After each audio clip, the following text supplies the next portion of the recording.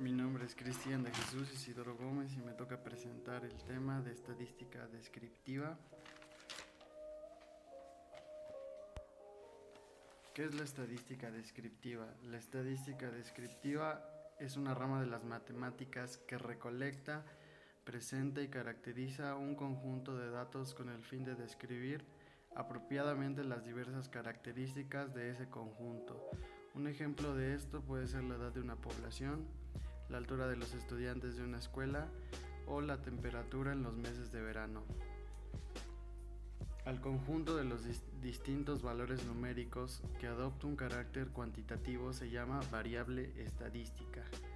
Las variables pueden ser de dos tipos: cualitativas o categóricas, que éstas no se pueden medir numéricamente; cuantitativas, que tienen el valor numérico y son discretas o continuas. Las discretas solo pueden tomar valores enteros, y las continuas pueden tomar cualquier valor real dentro de un intervalo. También se clasifican en unidimensionales, solo recogen información sobre una característica. Bidimensionales, como su nombre lo dice, recogen información de dos características. Pluridimensionales, que puedan recoger información de tres o más características. Los tipos de escala: hay cuatro tipos de escala: el nominal, ordinario, intervalo y razón. El nominal y ordinario entran dentro de las cualitativas. El intervalo y razón son cuantitativas y pueden ser discretas o continuas. La escala nominal se divide en dos variables o más. Clasifica objetos en sí, no, agradable, desagradable, de acuerdo o desacuerdo. La escala ordinal lleva un orden, por ejemplo, primer lugar, segundo lugar y tercer lugar. La escala de intervalo resta valores entre dos variables para saber la diferencia entre dichas variables. Un ejemplo de esto puede ser la diferencia entre 20 kilómetros y 35 kilómetros, que sería lo mismo que 35 y 50 kilómetros, ya que la diferencia sería de 15 kilómetros.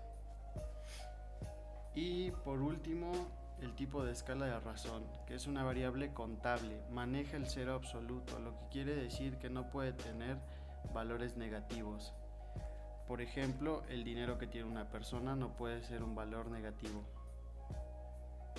Y se calculan los valores con sumas, restas, multiplicaciones y divisiones. Bien, ahora datos no agrupados.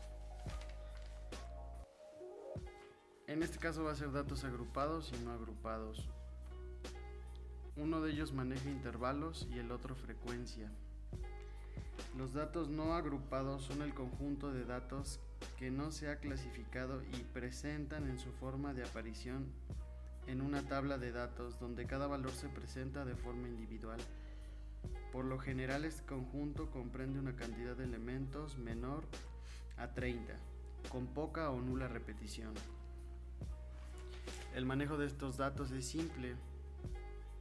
Se recolectan los datos de la población de estudio y dichos datos se distribuyen en una tabla de datos y se analizan sin necesidad de formar clases con ellos. Estos datos, al distribuirse en la tabla de frecuencia, donde cada dato mantiene su propia identidad después que la distribución de frecuencia se ha elaborado. Aquí podemos ver que la frecuencia absoluta prácticamente no las tiene que dar el ejercicio. Se suma todo el valor de la frecuencia absoluta para obtener el total. Para obtener nuestra frecuencia acumulada, tomamos el primer valor de la frecuencia absoluta, que en este caso estaría en el renglón del color negro, y se suma con el segundo renglón de nuestra frecuencia absoluta, lo que nos daría el renglón negro, que son 4, más el renglón azul, son igual a 9 en nuestra frecuencia acumulada, y así sucesivamente. El renglón azul más el renglón amarillo en frecuencia absoluta nos daría 14 en frecuencia acumulada. Y por último, 14 más 6 nos daría 20 en nuestra frecuencia acumulada. También podemos ver que tenemos frecuencia relativa y frecuencia relativa acumulada. En este caso, para sacar la frecuencia relativa, vamos a dividir nuestro primer renglón de frecuencia absoluta entre el total de toda la frecuencia absoluta, que esto sería 4 entre 20, y eso sería a 0.20. De igual manera vamos a dividir el 5, el amarillo en 5 y el rojo en 6 entre 20. De ahí nuestros valores, que serían 0.20, 0.25, 0.25 y 0.30, que darían una suma total de 1. Para la frecuencia relativa acumulada vamos a hacer prácticamente lo mismo, pero en el renglón de frecuencia acumulada, que sería 4, sería el 9, el 14 y el 20 nuevamente. Hay que dividirlos igual entre la frecuencia absoluta. Los datos agrupados son, como lo indica su nombre, una cantidad dada de datos que puede clasificarse ya sea por sus cualidades cualitativas o cuantitativas, y por lo tanto puede agruparse para su análisis. Estos datos por lo general son aconsejables agruparlos cuando su población cuenta con alrededor de 20 o más elementos que compartan una característica y caben dentro de una categorización. Esto significa repeticiones de un valor, ya que esto permite un mejor manejo y análisis de los mismos. Al emplear este método podemos manejarlos por clases. Una clase es una categoría en la que se agrupan los datos, por lo cual puede organizarse o clasificarse en dos formas: datos agrupados en frecuencia o en intervalo. Los datos en frecuencia son los que se distribuyen u organizan en una tabla de frecuencia. La frecuencia va a ser igual al número de veces que se repite cada valor en una serie de datos. Los datos agrupados en intervalos son los que se organizan dentro de un rango y se delimita su amplitud por los límites establecidos. Así, por medio de esto es fácil identificar la cantidad de elementos en un determinado rango de valor. De igual manera, aquí podemos ver nuestro intervalo, nuestra marca de clase. La marca de clase la obtenemos sumando los intervalos de cada columna. Por ejemplo, en el primer intervalo la marca de clase dice que es 2, entonces sería 0 más 4, y posteriormente lo dividimos entre 2 y obtenemos nuestro resultado.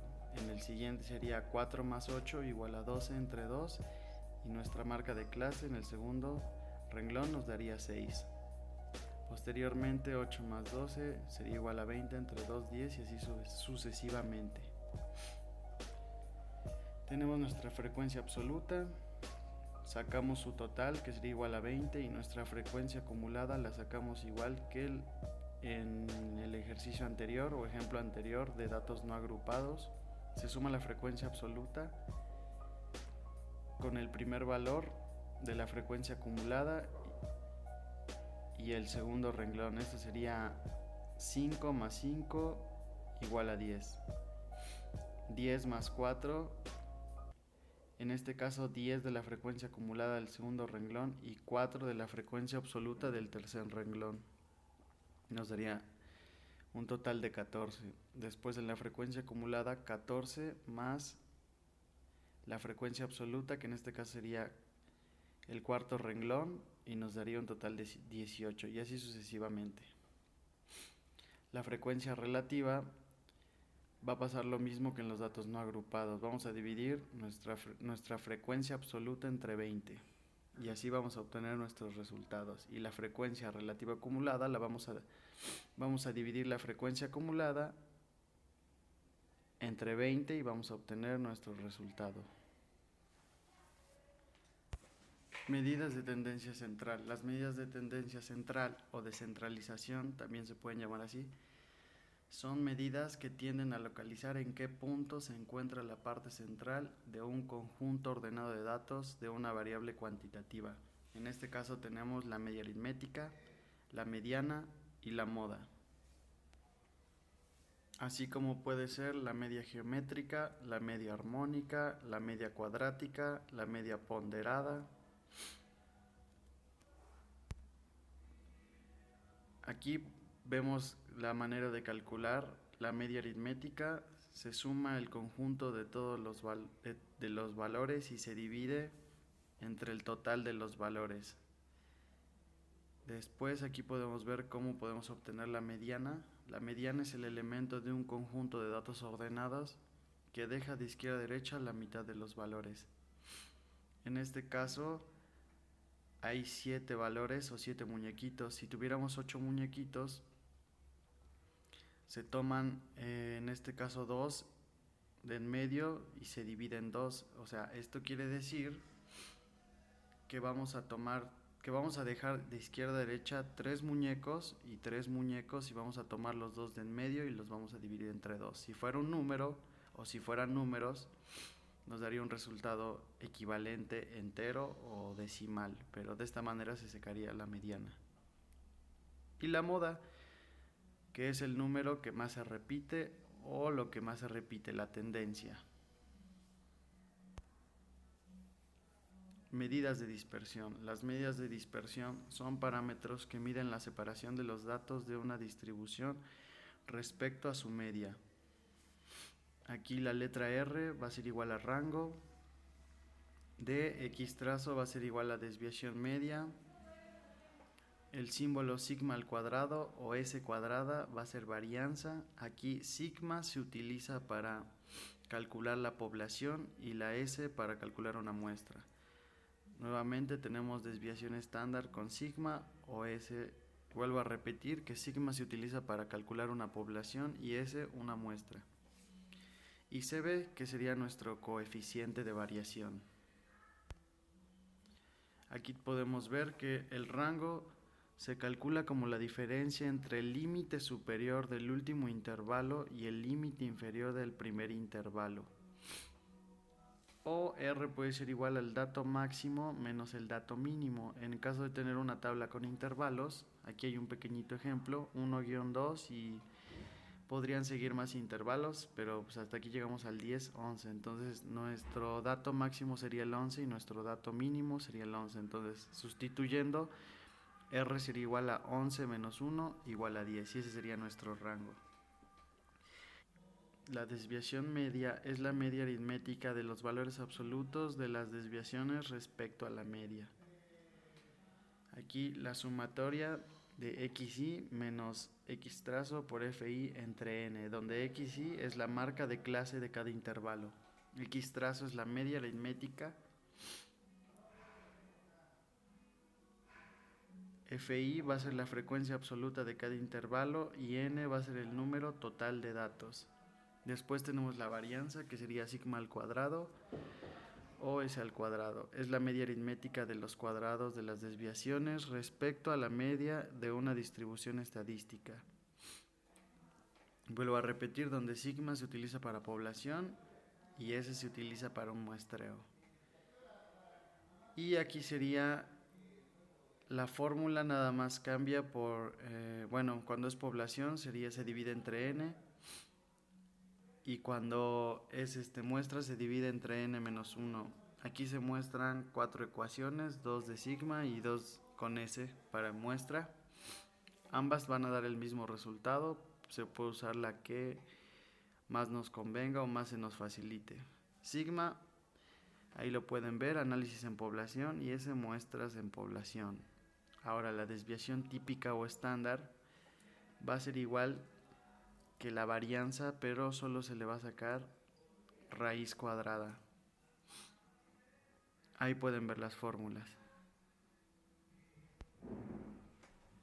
ICB o coeficiente de variación va a ser la relación entre la desviación típica de una muestra y su media. El coeficiente de variación se suele representar en porcentaje, por eso se multiplica por 100, como lo pueden ver. En este caso, CB va a ser igual a sigma entre la media aritmética o promedio por 100.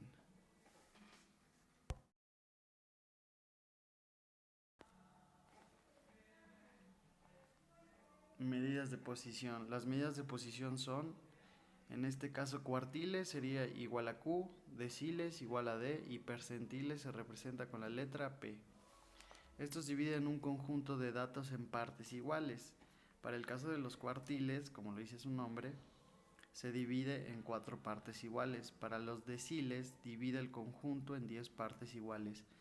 Para el caso de los percentiles, será dividido en 100 partes iguales.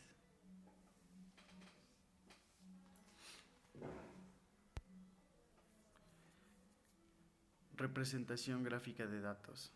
Puede ser gráfico lineal, diagrama circular, diagrama de barra, diagrama de Pareto, pictograma o histograma.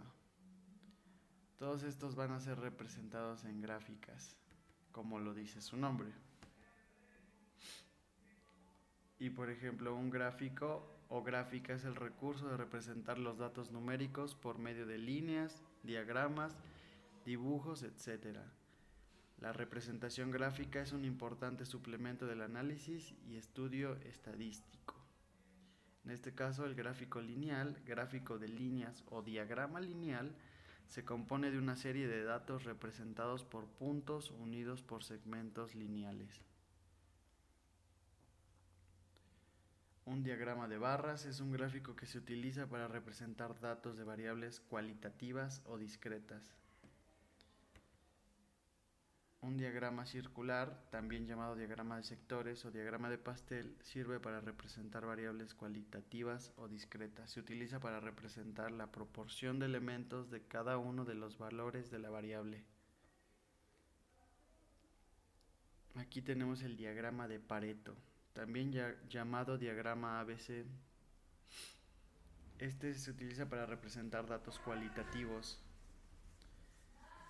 El diagrama de Pareto se construye siguiendo 2 pasos. 1. Ordenar los datos por frecuencia relativa absoluta. Y 2. Representar cada una de las categorías de la variable mediante un rectángulo proporcional a su frecuencia, como el diagrama de barras. Ahora pasamos con el histograma. Un histograma es una representación gráfica de datos agrupados mediante intervalos. Aquí los datos en el histograma provienen de variables cuantitativas continuas. También cabe emplear variables cualitativas ordinales, siendo necesario que el número de datos sea alto. Un histograma es un conjunto de rectángulos que representan las frecuencias absolutas de cada uno de los intervalos. Y los intervalos abarcan todo el conjunto sin cortarse, de manera que un elemento está solo en un intervalo. Y por último, un pictograma. Es un tipo de gráfico que representa mediante dibujos la característica estudiada. Estos representan las frecuencias relativas o absolutas de una variable cualitativa o discreta. Bien, el tratamiento específico para datos bivariados. Como lo dice, bi es para 2 datos. Y aquí podemos ver que se llaman datos bivariados aquellos que provienen de 2 variables. Medidas de 2 variables medidas al mismo tiempo sobre cada individuo. Por ejemplo, edad y género, escolaridad de ingreso, peso y estatura, etc. Aquí podemos observar una tabla con datos bivariados porque solo maneja 2 variables, en este caso hombres y mujer. En este ejemplo representa el número de enfermos de la misma enfermedad que han ingresado a los hospitales. En estadística, la relación que nos interesa es la relación lineal, por lo que se lleva a cabo análisis de correlación lineal y de regresión lineal. El análisis de correlación se usa para medir la fuerza de asociación entre las variables. El objetivo es medir la covarianza que existe entre esas 2 variables numéricas. El análisis de regresión se usa con propósitos de predicción. Se busca desarrollar un modelo estadístico útil para predecir los valores de una variable dependiente o de respuesta basados en los valores de al menos una variable dependiente o explicativa. Junto de la tabla tenemos una pequeña fórmula y esa es la fórmula de la covarianza. En este caso, X trazo va a ser la media con respecto de X y Y trazo va a ser la media con respecto de Y.